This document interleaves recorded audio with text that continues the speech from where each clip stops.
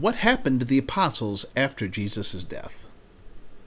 I'm your host, Bob Riles, and this is a question we examine today on The Thoughtful Soul. While the fate of the apostles may not seem like an important question, their action after Jesus' death actually helps us establish the historical truth behind Jesus' resurrection. To better examine the importance of this question, we have to go back to the time shortly following the death of Jesus Christ. The year is around 33 A.D. The religious leader, Jesus, who had been heralded as a hero by the city of Jerusalem just days before, was suddenly put to death by Roman authorities. His crucifixion followed the earlier beheading of Jesus' forerunner, John the Baptist. During his trial and crucifixion, his closest followers stayed away in fear for their own safety. One of his inner circle, Peter, even denied that he knew Jesus. After his death, 2 of the disciples left town, while the others hid behind locked doors in fear that they could be next. When several of the disciples did finally head out, it was to return to their previous occupation of fishing.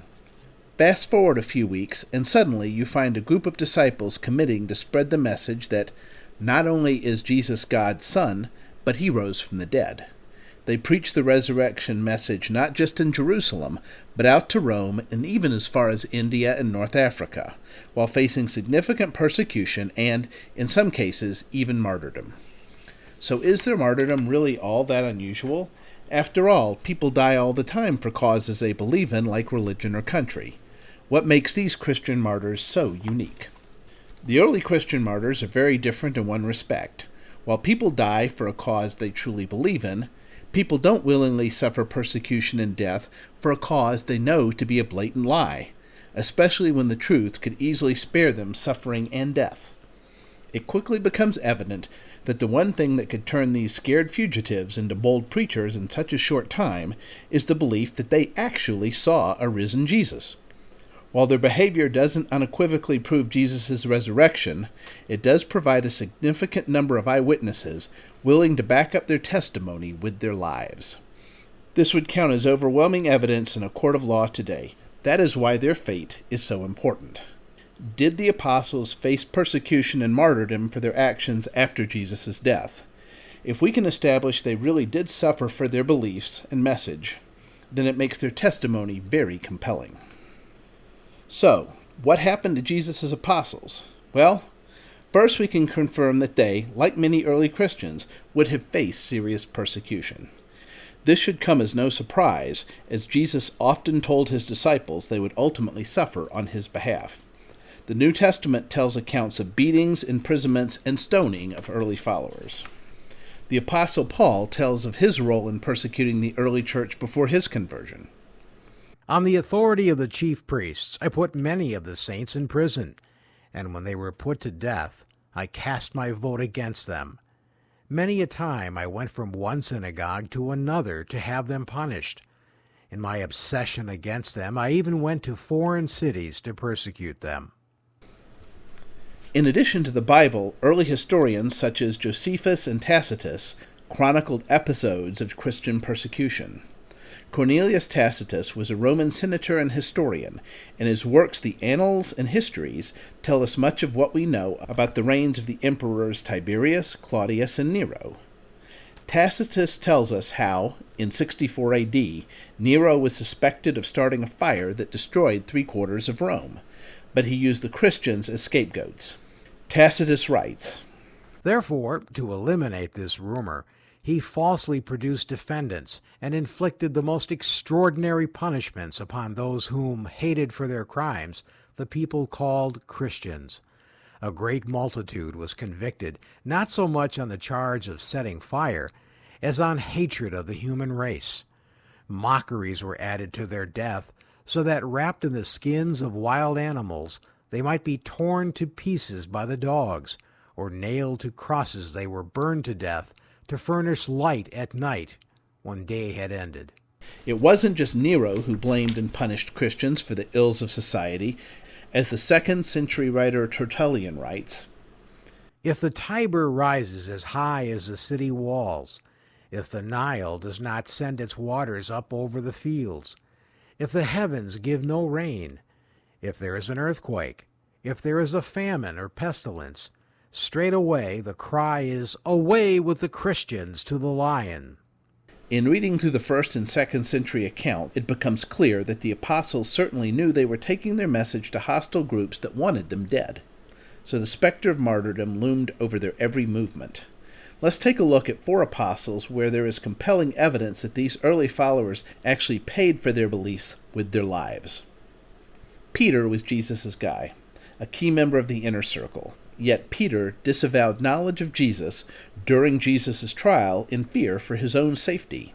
Then, after believing he saw the risen Jesus, the book of Acts tells us how Peter preaches the first Christian sermon and is arrested multiple times by Jewish authorities. Peter's persecution and untimely martyrdom is confirmed by the 1st century writer Clement of Rome, who states, Peter, because of unjust jealousy, bore up under the hardships not just once or twice, but many times, and having thus borne his witness, he went to the place of glory that he deserved. Peter's martyrdom is also alluded to by a number of other 2nd century writers, including Ignatius, Dionysius of Corinth, Irenaeus, Tertullian, and in the books of the Acts of Peter and the Apocalypse of Peter. In studying the writings of that era, it quickly becomes clear that there was almost universal acceptance of the persecution and martyrdom of Peter. Paul was the most unlikely of all early disciples. A lifelong Jew and Roman citizen, he led the charge to hunt down and kill the early Christians, fearing they could lead the Jewish nation astray and bring down the wrath of God. The book of Acts, chapter 8, tells us that he was there giving approval at the stoning of Stephen, and that Paul, then known as Saul, began to destroy the church. Going from house to house, he dragged off men and women and put them in prison. One of his travels, however, he encountered the resurrected Jesus and immediately converts to Christianity. This dramatic conversion led Paul to become one of the boldest evangelists in early Christianity, with Paul ultimately authoring nearly half of the books in the New Testament. Certainly Paul knew the fate he would be facing after his conversion. After all, he led the charge for the imprisonment and death of scores of early Christians, and suffer he did. In all, Paul recounts, 5 times I received at the hands of the Jews 40 lashes less one. 3 times I was beaten with rods. Once I was stoned. 3 more times I was shipwrecked. A night and a day I was adrift at sea, on frequent journeys, in danger from rivers, danger from robbers, danger from my own people, danger in the wilderness, danger at sea, danger from false brothers, in toil and hardship through many a sleepless night, in hunger and thirst, often without food, in cold and exposure. So what could cause this radical shift in belief and willingness to suffer all manners of pain and imprisonment? By far the most logical explanation is that Paul truly believed he'd encountered the risen Christ.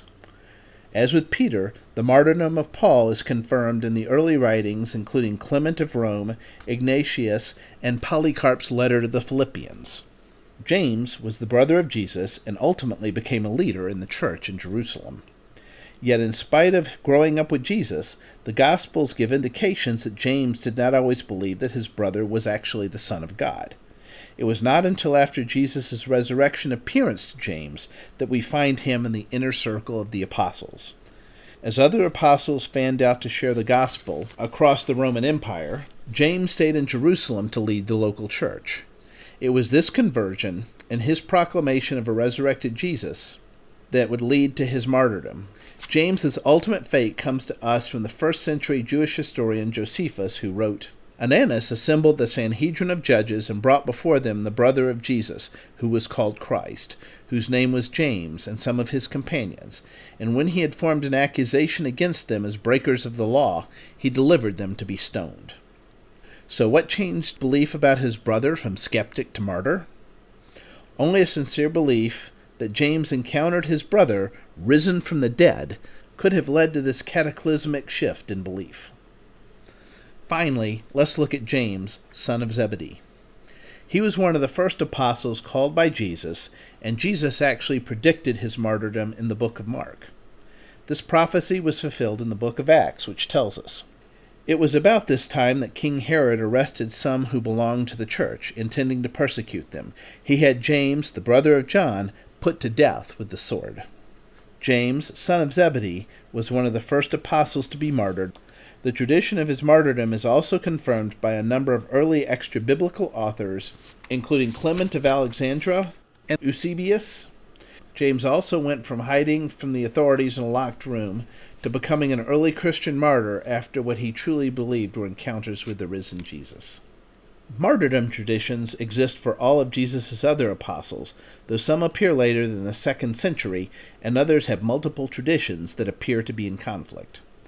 Many do contain consistent facts that point to an underlying truth about their death, even if some of the later elements are embellished. In any event, the widespread persecution of the early church and the killing of many early leaders, including Jesus, John the Baptist, Stephen, and James, the brother of Jesus, made it very clear that the apostles knew that they were signing up for a life of certain persecution and likely death, even if some of the details are lost to antiquity. So we have seen a group of scared fugitives become bold evangelists.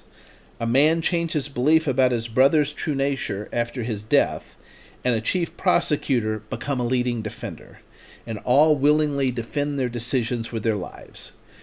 The only logical conclusion is that they actually believed they saw Jesus risen from the dead. These eyewitness accounts, attested with their own blood, provide some of the strongest evidence that the resurrection really did occur.